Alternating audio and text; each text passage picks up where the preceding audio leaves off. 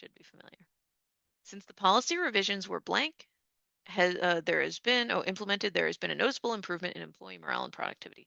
So looking at the answer choices, I'm going to do a skim down. I see we've got a period. I see we have a comma and.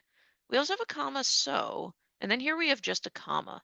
Um, so I noticed something about these. I noticed that we have three answers that are largely similar to each other, two that are particularly similar, and then one that's different.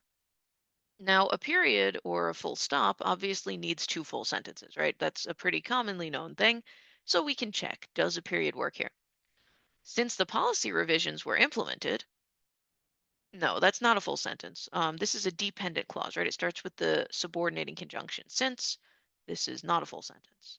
Um, okay, so a period can't work.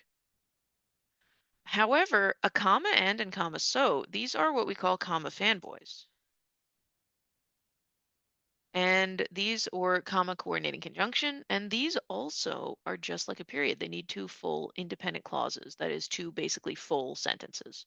Um, Now you may have learned about the fanboys in school. There's definitely that'll be in the book. But the fanboys are for, and, nor, but, or, yet, and so.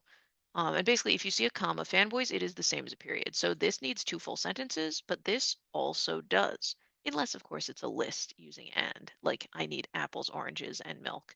That obviously uses a comma and because it's a list. But in general, we need two full independent clauses or basically two full sentences. So a period is basically the same as comma and.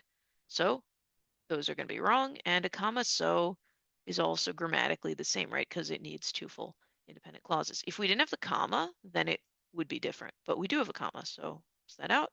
The one that's left is this. So let's check, does it work? Since the policy revisions were implemented, comma, there's been a noticeable improvement in employee morale and productivity.